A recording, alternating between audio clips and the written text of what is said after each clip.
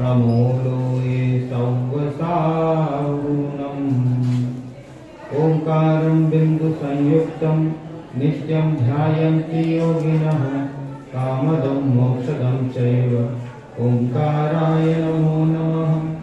मंगलम भगवान वीरो मंगलम गौतमो गणी मंगलम कुंद कुंदार्यो जैन धर्मो सुमंगलम सर्वमंगल मांगल्यम सर्वकल्याणकारकम प्रधानं सर्वधर्माणां जैनं जयतु शासनम् जैनं जयतु शासनम्।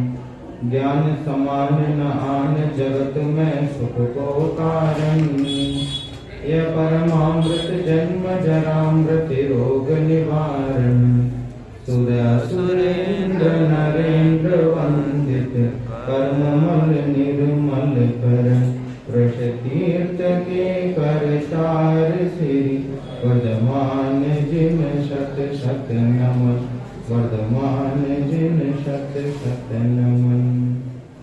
नमः समय साराय स्वानुभूत्या सकाशते चित्स्वभावाय भावाय सर्वभावान्तरक्षते वन्दितु सौवसिद्धे ध्रुवमचलमणोवमं गतिं पत्ते ओच्छामि समयपाहुर मृणमोसुद केवली भरिदम्। समय सार ग्रंथाधिराज के आधार से विगत दिनों से हम चर्चा कर रहे हैं। समय सार में जो मुख्य मुख्य प्रकरण हैं उनके माध्यम से भेद विज्ञान स्वरूप अपनी चर्चा हो रही है। प्रथम जीवाधिकार में आचार्य देव ने जीव के जो एकत्व ममत्व बुद्धि होती है पर द्रव्यों के प्रति उससे भेद विज्ञान कराया है।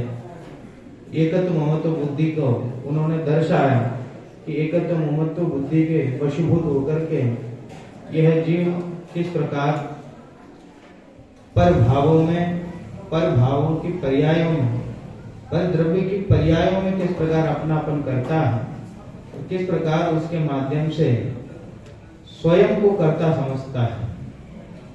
परद्रव्य की क्रियाओं को अपनी क्रिया समझता है और परद्रव्य के कार्यों से स्वयं खुश होता है कि मैंने यह कार्य किया। इसी प्रकार कर्तृत्व और भोक्तृत्व परद्रव्य का मैं करता हूं, पहले परद्रव्य के कार्यों से उसको स्वयं अपना कार्य समझ रहा था और यह कर्तृत्व भोक्तृत्व में मैं परद्रव्य का करता हूं। परद्रव्य में जो क्रियाएं हो रही हैं वह मेरी है, उनका मैं करता हूँ ऐसा समझ करके वह सुखी होता है और परद्रव्य का भोक्ता हूँ। परद्रव्य के माध्यम से परद्रव्य का जो फल है उसका भोक्ता मैं हूँ। इस प्रकार जीवाधिकार और कर्ता कर्म अधिकार में जीव के एकत्व ममत्व कर्तृत्व और भोक्तृत्व बुद्धि चार बुद्धियों का उन्होंने विवरण प्रस्तुत किया।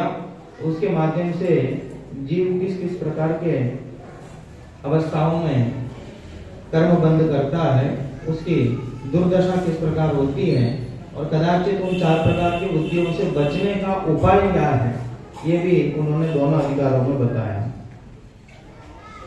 अब जो आने वाला अधिकार है वह पुण्य पाप अधिकार है। पुण्य पाप अधिकार अन्य ग्रंथों में आप देखेंगे जहां जो अधिकार होता है वहां उसका स्वरूप समझाया जाता है कि पुण्य का स्वरूप समझाया जाता है, पाप का स्वरूप समझाया जाता है। और समय सार में उल्टा है, वहां जो अधिकार है जैसे द्रव्य अधिकार हो, जीव अधिकार हो, अजीव अधिकार हो, वहां उस ग्रंथ में जीव का स्वरूप बताया जाएगा, अजीव का स्वरूप बताया जाएगा। अगर ऐसे अन्य ग्रंथ में पुण्य पाप अधिकार हो तो पुण्य और पाप का स्वरूप बताया जाए। यहाँ समय सार में पुण्य पाप में एकत्व स्थापित किया है। पुण्य पाप दोनों एक हैं, इस बात की सिद्धि की गई है पुण्य पाप अधिकार में।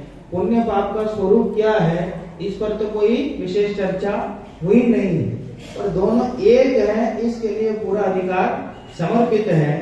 प्रथम ही जो वाक्य है वो अमृतचंद्र आचार्य लिखते हैं अथ एकमेव कर्म द्विपात्रीभूय पुण्य पाप रूपेण प्रविश्यति। कहते हैं अभी समय साल को नाटक के रूप में प्रस्तुत किया अमृतचंद्र आचार्य ने। तो अमृतचंद्र आचार्य कहते हैं अब एक कर्म मात्र है, एक ही कर्म द्विपात्रीभूय, दो पात्र बना करके, ये कौन कौन से पात्र हैं? पुण्य पाप रूपेण, कि पुण्य और पाप के रूप में प्रविश्यति, प्रवेश करता है इस नाटक में। इस नाटक में पहले जीव अजीव का उसने रोल पहले किया, तो कर्ता कर्म का किया, ज्ञानियों के द्वारा पहचाने जाने पर अब एक कर्म ही है, कर्म तो एक ही है। जैसे पहले के जमाने में और अभी भी होते हैं, एक पात्रीय नाटक होते हैं, उसमें पात्र तो एक ही होता है और एक ही पात्र आवाज बदल करके, भेष बदल करके इस प्रकार वो प्रस्तुत होता है जैसा ऐसा लगता है कि बहुत सारे पात्र हैं। वैसे यहाँ आचार्य देव ये कह रहे हैं कि एक कर्म ही है, कर्म ही कभी पुण्य रूप हो जाता है, कभी पाप रूप हो जाता है, दो पात्रों को धारण करके प्रवेश करता है। कि पुण्य पाप दोनों ही कर्म रूप है, कर्मपना तो दोनों में एक ही है। पहले एक बहुत अच्छा कलश उन्होंने लिखा और कलश के माध्यम से ये चर्चा की दोनों की एक जाति कैसी है। कलश और पद्यानुवाद जो अपने यहाँ से पढ़े उससे बढ़िया बनारसी दास जी ने जो इसका पद्यानुवाद लिखा है, उन्होंने भावानुवाद जो लिखा है वो बहुत प्रसिद्ध है, उसमें पूरा अर्थ आया है। उसको देखते हुए हमें जो मेन गाथा देखनी है इसके बाद वो देखते हैं। देखिए, जैसे काहू चांडाली जुगल पुत्र जने तीनी, एक दियो बामन को एक घर राख्यो है। बामन कहायो तीनी मध्य मास त्याग कीनो, चांडाल कहायो तीनी मध्य मास छाक्यो है। तैसे एक वेदनी कर्म के जुगल पुत्र, एक पाप एक पुण्य नाम बिन भाग्यो है। दुहु माही दौर धूप, दोहु कर्म बंद रूप, याते ज्ञानवंत नहीं को अभिलाख्यो है। एक उदाहरण के माध्यम से इसमें पुण्य पाप में एकता स्थापना की है कि क्या कह रहे हैं। जैसे काहू चांडाली जुगल पुत्र जन्मे तीनी, जैसे वो चांडाली हो और उसके दो पुत्र हुए, माने कोई शूद्र हो उसके दो पुत्र हुए, ये मूल कलश में उदाहरण दिया। उसके दो पुत्र हुए, जुड़वा पुत्र हुए, तो उसमें से एक दियो बामन के एक घर राख्यो है। एक जो ब्राह्मणी है उसको दे दिया एक बच्चे को, दो पुत्र हुए उसमें से एक तो ब्राह्मणी को दे दिया कि तुम इसको पालो। उसके पास नहीं था, कोई संतान नहीं थी, तो उन्होंने दे दिया और एक अपने पास रख लिया। दोनों जुड़वा हैं। बामन का हायो तेनी मध्य मास त्याग कीनो, जिस प्रकार ब्राह्मण कुल में पैदा होने वाला बच्चा कि मध्य मास आदि का त्याग कर देता है शुरू से ही। जैन कुल में भी जो शुरू से ही जन्म लेता है मध्य मास आदि का तो शुरू से त्याग कर देता है, वैसे ही ब्राह्मण कुल में वो तो अपने आप को ये मानता है मैं किस कुल का हूँ, मैं ब्राह्मण कुल का हूँ, तो इसलिए वो क्या करता है उसके अनुसार जो शुद्धता का आचरण है वो शुद्धता का आचरण करता है। उसके अनुसार मध्य मास आदि का उसने त्याग कर दिया। चांडाल का हायो तेनी मध्य मास छाक्यो। अब वहां जो जिस बच्चे को अपने घर में उसने रख लिया, तो वो शूद्र का बच्चा, तो वहां तो सहज रूप से मदिरा चलती है, तो वो मध्य मास आदि का तो सहज रूप से सेवन करता है। क्यों? तो तैसे एक वेदनी कर्म के जुगल पुत्र, कि वैसे ही यहाँ अभी तक जो उदाहरण उन्होंने दिया उस उदाहरण में ये घटा रहे हैं कि वैसे ही वेदिनी कर्म के दो पुत्र हैं, एक साता वेदिनी है, एक असाता वेदिनी, दोनों पुत्र हैं। तैसे एक वेदनी कर्म के जुगल पुत्र, एक पाप एक पुण्य नाम भिन्न भाग्यो है, कि एक का नाम पुण्य है, एक का नाम पाप है। कि नाम तो भिन्न भिन्न है, पर दोनों है किसके पुत्र है? वेदनीय कर्म के पुत्र है। कर्म बना तो दोनों में पाया जाता है। भले ही वो जो पुत्र था वह ब्राह्मण कुल अपने आप को मानता था और मध्य मांस आदि का त्याग कर चुका था, परंतु उसकी जाति क्या है? क्योंकि उसकी माता जैसी है उसकी जाति वही है। कि जाति वही होने पर भी वो ब्रह्म से अपने आप का आचरण ऐसा करता है। वही उदाहरण इन्होंने ऐसा दिया यहाँ। भले ही वो साता है या असाता है ऐसा नाम भेद है, पुण्य है पाप है ऐसा नाम भेद है। नाम भेद होने पर भी उनमें कोई भिन्नता नहीं है, नाम मात्र की भिन्नता है। दोनों ही कर्म की संतान है। कि दुहु माही दौड़ धूप, दोनों में ही दौड़ धूप है। कि साहब दौड़ धूप कैसे? अरे पाप कर्म के उदय से दुर्गतियों में भ्रमण होता है, वहां दौड़ धूप करते हैं, और पुण्य कर्म के उदय से शुभ गतियों में दौड़ धूप करते हैं, वहां परिभ्रमण होता है। दौड़ धूप तो दोनों जगह है, चाहे अच्छा काम हो चाहे बुरा काम हो, वो मेहनत तो दोनों जगह करनी पड़ती है। तो मेहनत मतलब मोक्ष मार्ग में जो शांति है वो शांति दोनों जगह नहीं है, दोनों जगह अशांति है। इसलिए कह रहे हैं कि दो कर्म बंध रूप, दोनों ही कर्म बंध रूप है। आगे जाके उदाहरण देंगे कि जैसे स्वर्ण की बेड़ी और लोहे की बेड़ी, दो बेड़ियों का उन्होंने उदाहरण दिया। जैसे लोहे की बेड़ी बांधती है वैसे ही स्वर्ण की बेड़ी भी बांधती है। बांधने का काम तो दोनों ही करती है, पर है तो स्वर्ण कि साहब इसकी कीमत बहुत है। अरे कीमत बहुत होने पर भी बांधना तो दोनों में हुआ। ये जो बड़े बड़े नेता होते हैं इनको हाउस अरेस्ट कर देते हैं। कोई काम ऐसा होता है कि उनके माध्यम से, उनके बयान के माध्यम से ऐसा उनको लगता है सरकार को कि कोई उससे क्या वो दंगा नहीं हो जाए, विसंवाद न पैदा हो जाए, इसलिए उनको हाउस अरेस्ट कर देते हैं कि भैया क्या वो घर पे ही रहो, नजर बंद कर देते हैं कि आप बाहर नहीं निकल सकते। अब इससे बढ़िया बात क्या हो सकती है? आपको घर में ही रख दिया और सारी व्यवस्था कर रहे हैं, ये तो बढ़िया बात है ना। नहीं, वो बहुत उससे नाराज होते हैं और ऐसा कहते हैं कि इसको फ्री करो आप तो। अरे भले घर पे ही हो, सारी सुविधाएं हो, सब कुछ हो, तो भी बंधन तो बंधन है। उत्तम चीज तो भी मिल जाए कि उत्तम कमरा मिल जाए, उत्तम घर मिल जाए, कि साहब एक शर्त है कि क्या आप बाहर नहीं निकल सकते, आपको अंदर ही रहना पड़ेगा। वो बंधन तो बंधन है। स्थान तो कोई भी हो वो बंधन की श्रेणी में ही आता है। इसलिए कुंदकुंदाचार्य ने कहा कि चाहे वो लोहे की बेड़ी हो, वो चाहे सोने की बेड़ी हो। सोने की बेड़ी होने से कि कोई वो अच्छी चीज थोड़ी कहलाएगी, बांधने में तो काम वो भी आती है।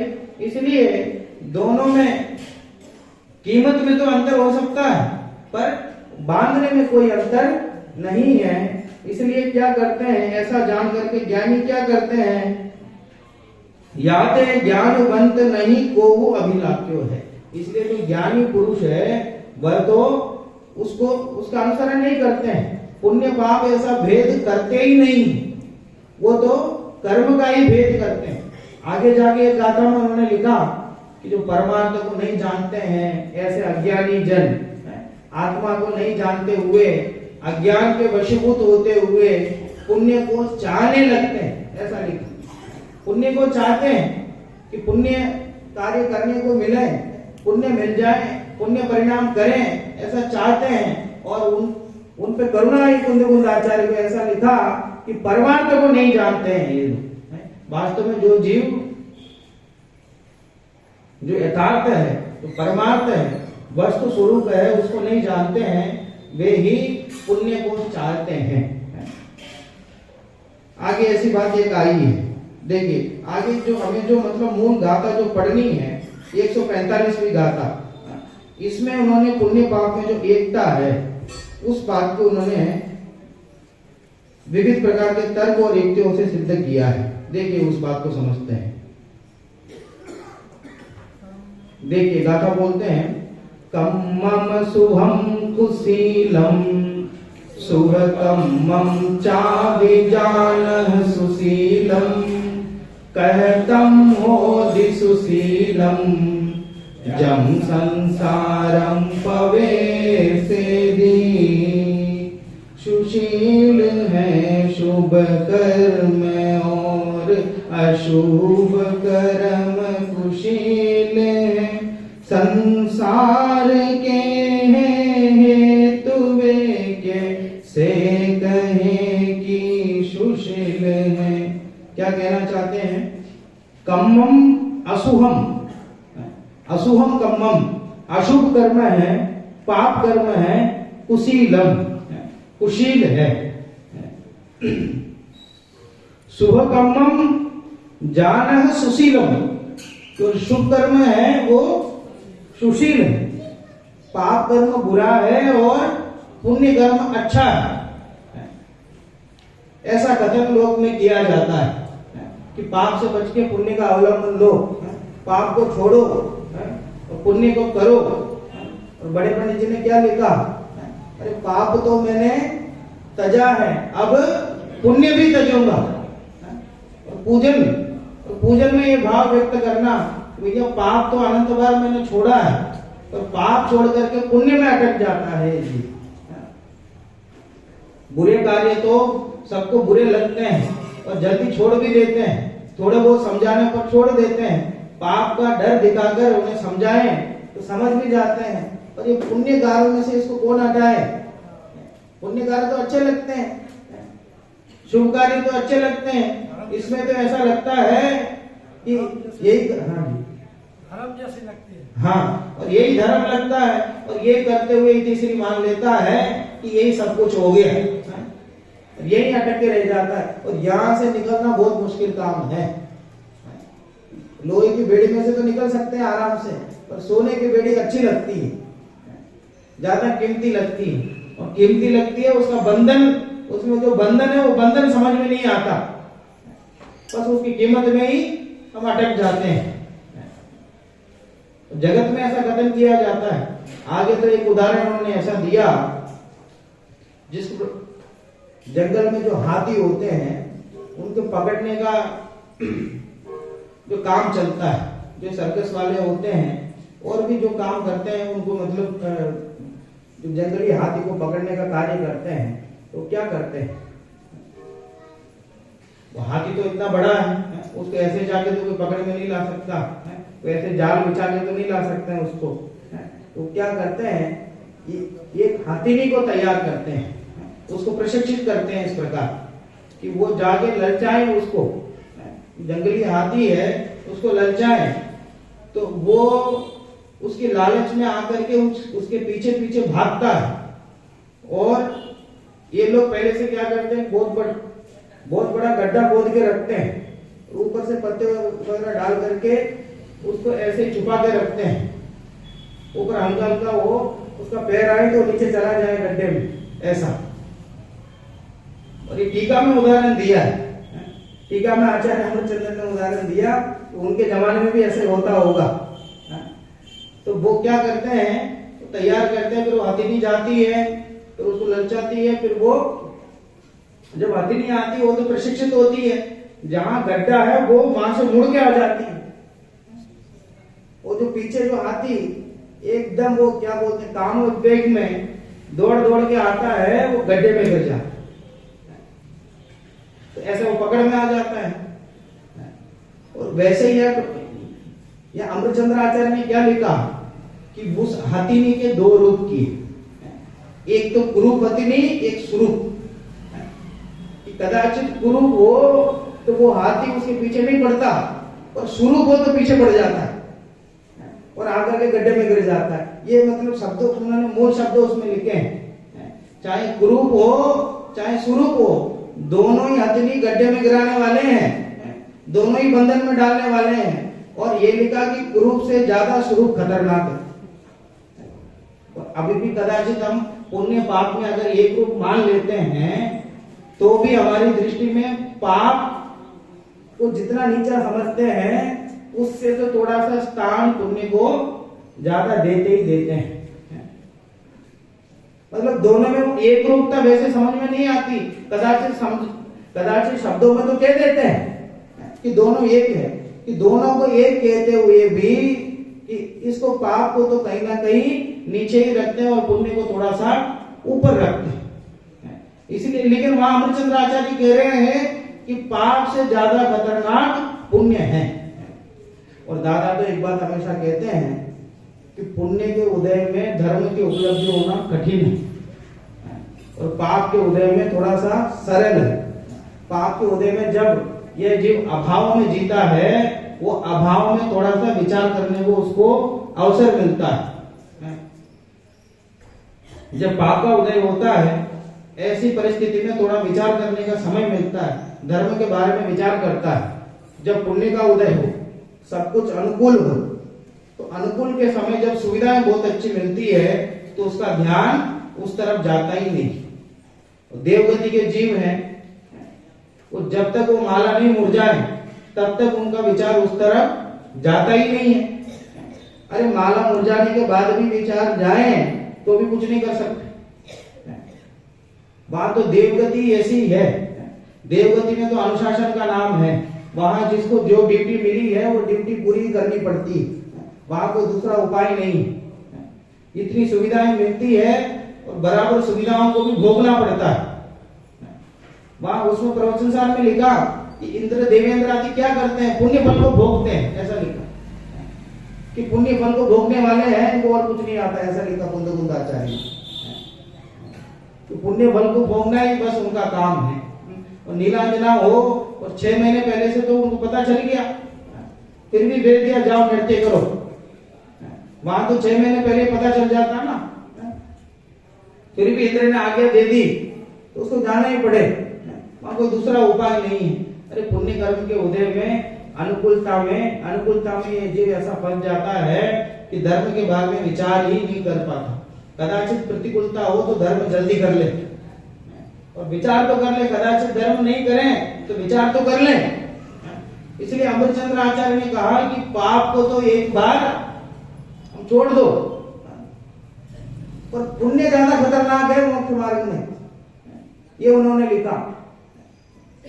पाप से उन्हें कोई परेशानी नहीं है, पाप को तो सारा जगत ही पाप कहता है, पर बिरले वे पुरुष हैं जो पुण्य को भी पाप कहते हैं। अरे सुविधाओं में रह करके धर्म पालना कठिन है। इसलिए यह कहा कि कम्मम सुहम कुशीलम सुहकम्मम जान सुशीलम, कि अशुभ कर्म को तुमने कुशील कह दिया और शुभ कर्म को सुशील कह दिया। ऐसा क्यों कहा? और नीचे कह रहे हैं, नीचे प्रतिप्रश्न कर रहे हैं कुंद आचार्य, कहतम होति सुशीलम, वह सुशील कैसे हो सकता है? जो पुण्य कर्म है वह सुशील कैसे हो सकता है? जब संसारम प्रवेशेति, जब संसार में ही प्रवेश कराता है, चाहे पाप कर्म हो चाहे पुण्य कर्म हो, दोनों ही संसार में ही प्रवेश कराते हैं। तो संसार में प्रवेश कराते हैं तो एक को तो कुशील कहते हो, एक को सुशील कहते हो, ऐसा भेद क्यों करते? तो यहाँ व्यवहार के 4 पक्ष उन्होंने प्रस्तुत किए कि आचार्य देव आप तो 6वें 7वें स्थान में हो, पर पुण्य पाप में क्या अंतर है ये आपको समझ में नहीं आता। हम गृहस्थ समझते हैं कि पुण्य पाप में अंतर क्या है। 4 पक्ष उन्होंने प्रस्तुत किया, 4 वेद उन्होंने बताए कि पुण्य और पाप में कारण भेद है, पुण्य और पाप में स्वभाव भेद है, और पुण्य और पाप में अनुभव भेद है, और पुण्य और पाप में आश्रय भेद है। 4 व्यवहार पक्ष उन्होंने प्रस्तुत किए कि इस प्रकार के भेद हैं, और अमृतचंद्र आचार्य ने उनका निराकरण किया। पहले तर्क प्रस्तुत उन्होंने किया, फिर उन्होंने उसका जवाब भी दिया कि कोई इस प्रकार का भेद उसमें नहीं है। देखिए मतलब हम कहाँ भेद समझते हैं, ये तो हमारी भी बुद्धि की बात है। लगातार हम भी ये सुनते जाते हैं पुण्य पाप एक है, पर वास्तव में अंतरंग में जाके अभिप्राय में देखें कि कहीं ना कहीं इनमें भेद हम भी करते हैं। तो ये जो 4 उन्होंने बताए, ऐसे भेद कहीं हम भी तो नहीं जानते हैं, ऐसा जान करके उसका निराकरण हमको भी करना चाहिए। यहाँ क्या कह रहे हैं देखिए, किसी कर्म में जीव शुभ परिणाम निमित्त होते हैं, किसी कर्म में जीव के शुभ परिणाम निमित्त होते हैं, और किसी कर्म में जीव के अशुभ परिणाम निमित्त होते हैं। इस कारण पुण्य और पाप कर्म के कारणों में भेद है। अब देखिए, साता वेदनी कर्म का अगर उदय होना हो तो उसमें कौन से परिणाम निमित्त होंगे? देखिए, साता परिणाम जो कर्म है अगर उसका बंद होना हो तो उसमें कौन से परिणाम निमित्त होंगे? पुण्य परिणाम निमित्त होगा। तो शुभ परिणाम हम कर रहे हैं उसके माध्यम से शुभ बंद होगा। अब पाप कर्म का अगर बंद होना हो, असाता वेदनी कर्म का बंद होना हो, अशुभ बंद होना हो तो कौन से परिणाम होंगे? उसमें अशुभ परिणाम होंगे, उसमें पाप परिणाम होंगे। तो भेद हो गया ना दोनों में। अरे कर्म बंद के कारण में तो भेद हो गया ना। इससे तो साता बंद हो रहा है, इससे तो असाता बंद हो रहा है। तो कारण में अगर किसी को असाता बांधना हो तो पाप परिणाम करना पड़ेगा, किसी को साता बांधना हो तो पुण्य उस परिणाम करने होंगे। तो दोनों के कारण में तो अंतर पड़ गया ना। इसलिए कहते हैं कि पुण्य और पाप में कारण भेद है। तो आचार्य उसका निराकरण कर रहे हैं। एक यहाँ से जो उन्होंने प्रश्न किया और उसका उत्तर एक एक करके पढ़ते हैं। इसका उत्तर क्या दिया आचार्य देव ने? देखिए, जीवों के शुभ और अशुभ दोनों ही परिणाम केवल अज्ञानमय होने से एक है और उसके एक होने से कर्म के कारणों में भेद नहीं रहा। इस कारण कर्म एक ही है। उन्होंने उसमें एकता स्थापित की है। अरे वो जो शुभ परिणाम करके शुभ बंद करना चाह रहा है, अशुभ परिणाम करके अशुभ बंद करना चाह रहा है, दोनों ही अज्ञानता के कारण है। इसमें एक और अच्छा पॉइंट दिया है। हाँ। कि पुण्य पाप दोनों विवाह परिणति से उत्पन्न होते हैं। हाँ, कोई भी स्वभाव परिणति से उत्पन्न है। कैसे? उसमें नहीं होगा, इसमें है। अच्छा, उसमें दिया। हाँ हाँ, पुण्य पाप दोनों विवाह परिणति से पैदा। हाँ, विभाव परिणति से पैदा होते हैं। तो विभाव परिणति अज्ञानतावश होती है। वही उन्होंने अज्ञानता ले लिया उसमें। बात तो उसमें दोनों एक से ही है।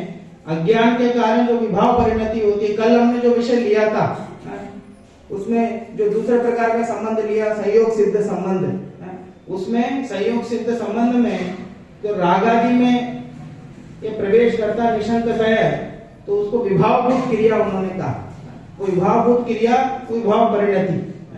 तो अज्ञान दशा के कारण कि शुभ अशुभ वृत्ति एकांत दुख अत्यंत अज्ञान विधाता है इनका।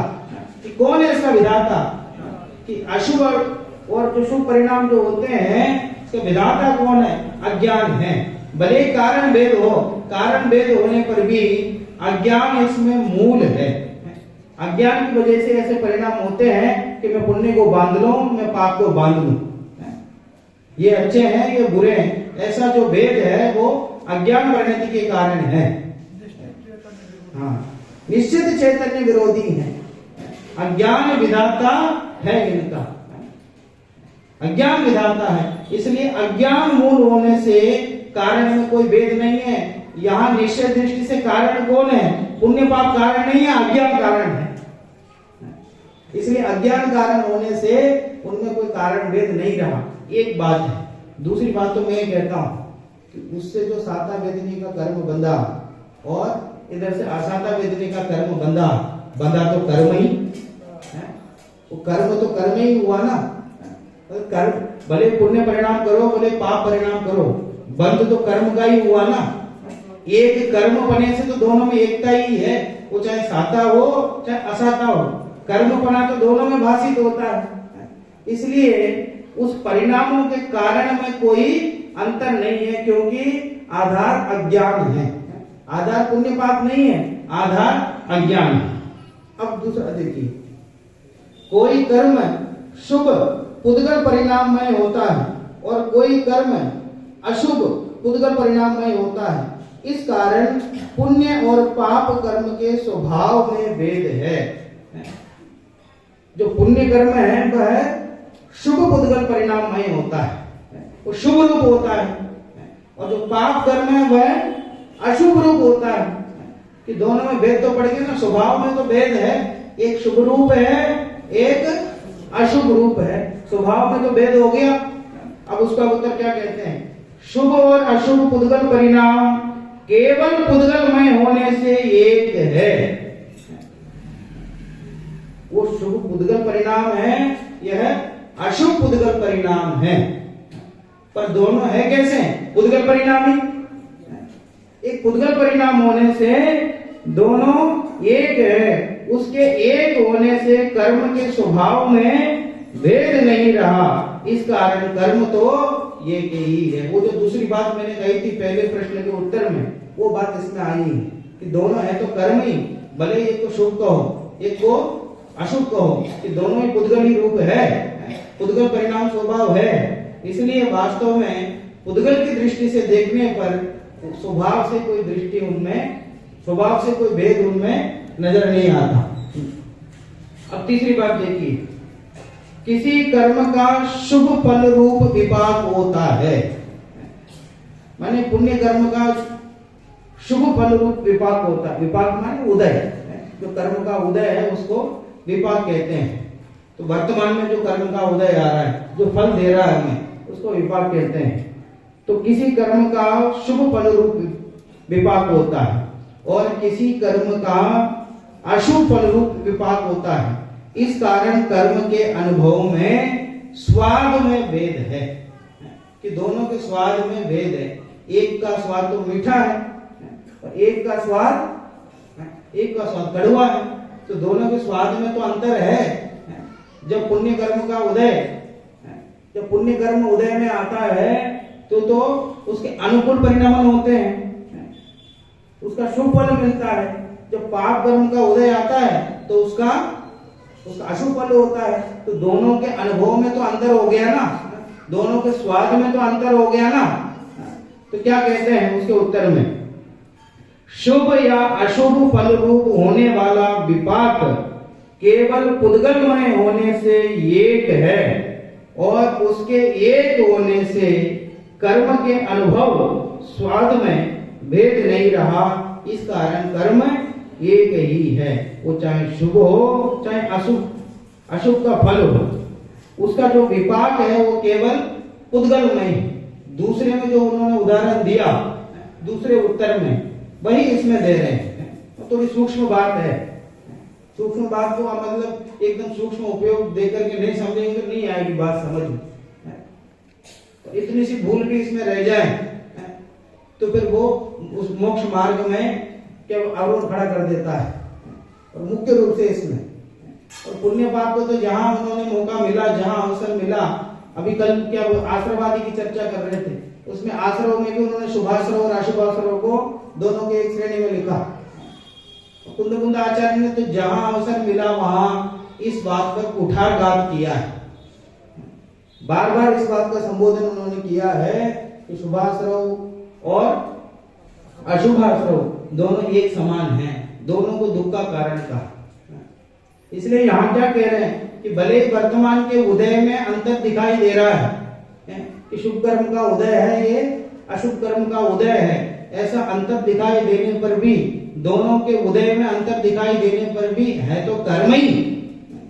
ये भी कर्म है वो भी कर्म है, भले इसके जो परिणाम हैं वो अनुकूल आते हैं और उसके परिणाम प्रतिकूल आते हैं, है तो पुद्गल ही। तो पुद्गल का ही स्वाद हुआ उसमें, तो निश्चय दृष्टि से देखने पर पुद्गल का ही स्वाद हुआ है कि कितना पुण्य हम कमा लेंगे, उसमें कितना ही पुण्य कमा लें, वो तो है तो पुद्गल ही, उसका भोग नहीं कर सकता जी। अब जो ये चौथी बात आई है देखिए कि कोई कर्म शुभ मोक्ष मार्ग के आश्रित है और कोई कर्म अशुभ बंध मार्ग के आश्रित है। इस कारण कर्म के आश्रय में भी भेद है कि कहते हैं कि कोई कर्म तो शुभ है, जो शुभ कर्म है वह मोक्ष मार्ग के आश्रित है, उसका आश्रय लेने से मोक्ष मार्ग मिलता है। और कोई माने पाप कर्म है वो बंध मार्ग के आश्रित है, जो पाप कर्म का आश्रय लेता है वो बंध मार्ग को प्राप्त होता है। एक को मोक्ष मार्ग कह दिया और एक को बंध मार्ग कह दिया। चक्री सुरखग इंद्र पद मिले आप ते आप अनुक्रम करी शिव पद लहे। तो ये किसके लिए कहा उन्होंने? तो पूजन के जो भाव है, जो शुभ भाव है, उसके लिए उन्होंने कहा कि चक्री पद है, इंद्र पद है, ये सब पद कैसे मिलते हैं? सब मिलते हैं क्रम से एक एक करके, और अनुक्रम करी शिव पद लहे, और क्रम से ला करके मोक्ष पद में भी खड़ा कर देता है कि कौन? ये शुभ भाव। इसलिए क्या कहते हैं कि पूजन करो, पूजन करो, भक्ति करो। कितनी गोद कितनी नार की, कितनी तिरियंच आजान, आज धन्य मानुष भयो पायो जिन वर था। कि जब पुण्य की बात होती है वहां बराबर इस बात की प्रेरणा देते हैं, और देते देते कह देते हैं कि पुण्य के माध्यम से मोक्ष की सिद्धि होती है, शुभ भाव से मोक्ष होता है, शुभ भाव से मोक्ष होता है, ऐसा कह देते हैं। ये बात सत्य भी है, परंतु तृतीया विभक्ति से नहीं है, पंचमी विभक्ति से है कि शुभ भाव से मोक्ष होगा, ऐसा जो कहते हैं। मां शेर का अर्थ क्या लेना कि शुभ भाव से, शुभ भाव के कारण मोक्ष होगा, ऐसा नहीं, शुभ भाव छोड़ करके मोक्ष होगा। शुभ भाव से शुद्धोपयोग होता है, इसका मतलब शुभ भाव करते करते शुद्धोपयोग हो जाएगा, ऐसा नहीं है। शुभ भाव छोड़ करके शुद्धोपयोग होगा, भाई ये बात है।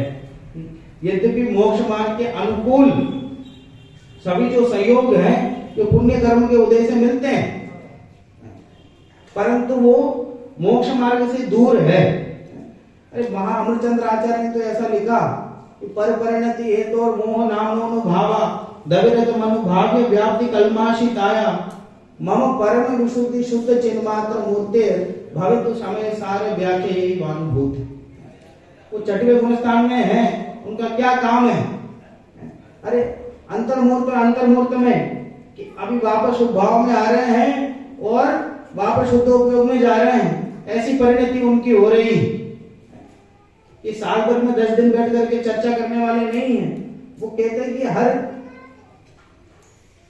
अंतर्मूर्त में आत्मा का अनुभव कर रहे हैं और कहते हैं कि अभी भी और विशुद्धि चाहिए। ऐसी विशुद्धि चाहिए कि पूर्ण दशा एकदम शुद्धोपयोग रूपी रहे। उसमें भक्ति में बोलते हैं ना, उसमें पूर्ण दशा चाहिए कि ऐसा नहीं कि थोड़ा शुभ भाव में आ जाए वापस शुद्धोपयोग में चला जाए। कि शुभ भाव वहां भी उनको स्वीकृत नहीं है, बिल्कुल भी राग उन्हें स्वीकृत नहीं है, परंतु उस मोक्ष मार्ग को ही नहीं पहचाने और मोक्ष मार्ग को शुभ भाव रूपी मान लें।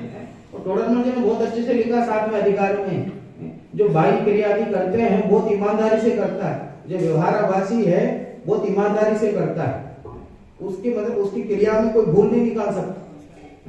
इतने ध्यान से, इतनी सावधानी से आचरण पालता है कि उसके आचरण देख करके कि किसी को करुणा आ जाए कि देखो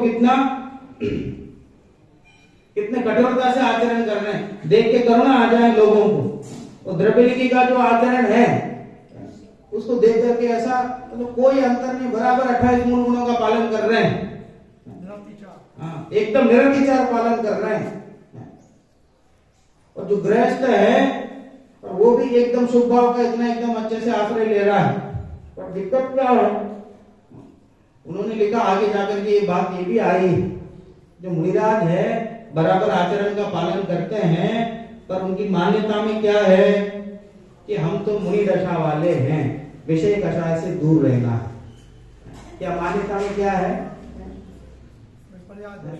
अरे मैं तो मुनि हूं, इसलिए मुझे विषय कषाय से दूर रहनी चाहिए, दूर रहना है मुझे, तो ऐसा समझता है, इसलिए विषय कषाय का सेवन नहीं करता, इसलिए कठोर आचरण करता है।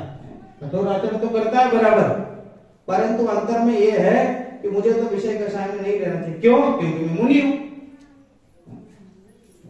वो अंतर में जो पर्याय के प्रति अपनापन है। और गृहस्थ है, गृहस्थ कहता है कि हम तो गृहस्थ हैं, हम तो विषय कषाय में लीन हो सकते हैं, कोई दिक्कत नहीं, ऐसा कहकर के गृहस्थ विषय कषाय में लीन होता है।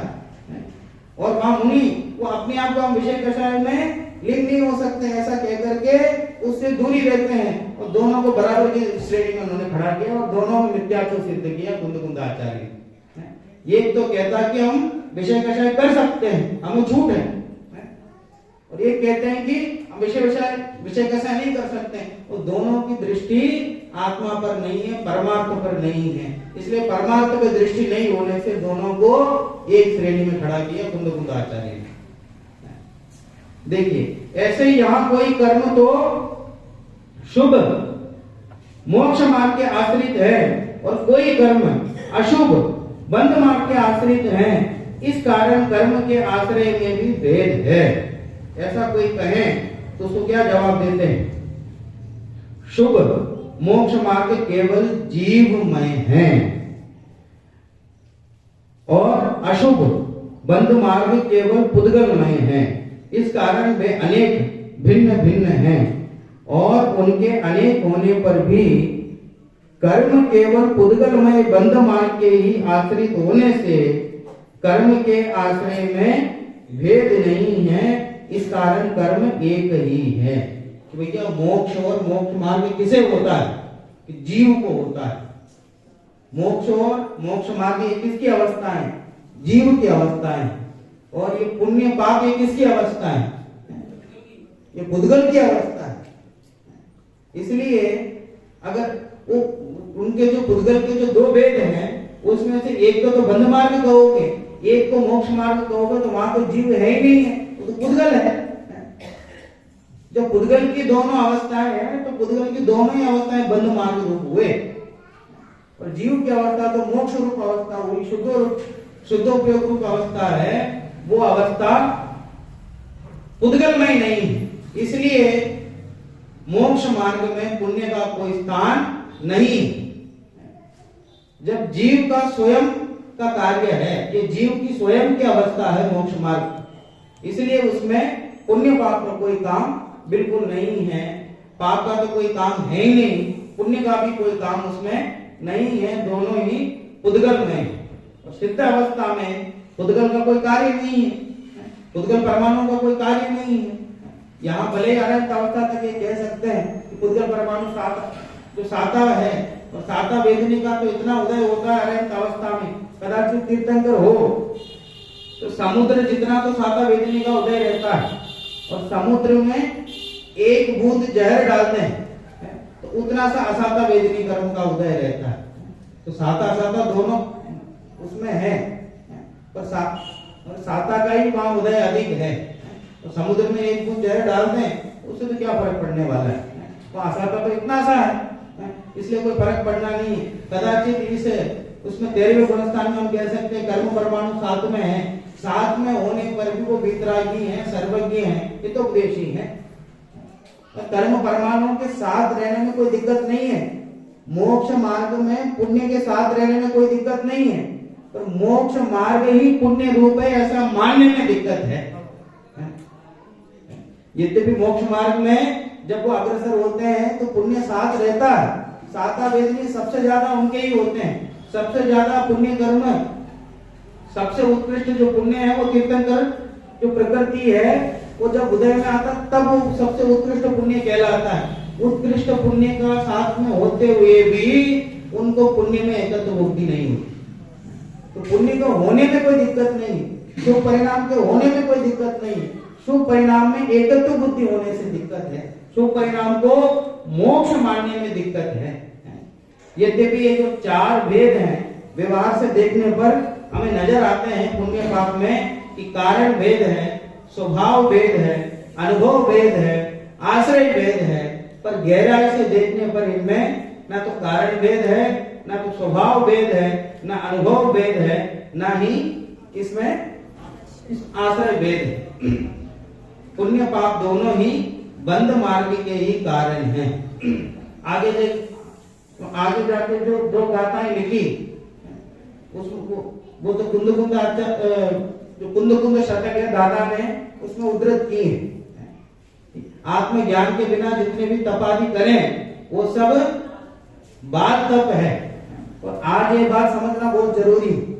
आज उत्तम तप का दिन है, तो वास्तव में मतलब तप आदि क्रिया में, पुण्य आदि क्रिया में आत्मज्ञान की आवश्यकता कितनी है।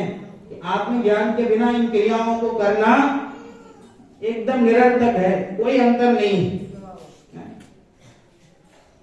कोई जब अज्ञानी बातों के विषय कषाय से तुलना करती, कोई विषय कषाय में लगा हुआ है कि मैं कर सकता हूँ ऐसा कह करके, और ये विषय कषाय में नहीं लग रहा क्योंकि मैं नहीं कर सकता हूँ। दो एकदम उन्होंने उदाहरण भी ऐसा दिया कुंद आचार्य ने कि जो गृहस्थ है वो विषय कषाय में लग रहा है क्योंकि वो समझता है मैंने कर सकता हूँ, और जो गृहस्थ विमुक्त है वो विषय कषाय में नहीं लग रहे क्योंकि मैंने कर दिया। दोनों की मान्यता तो बराबरी हुई।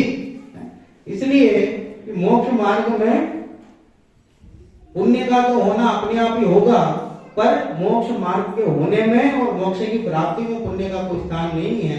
ये बात हमको समझनी चाहिए। देखिए गाथा फिर से पढ़ता हूँ।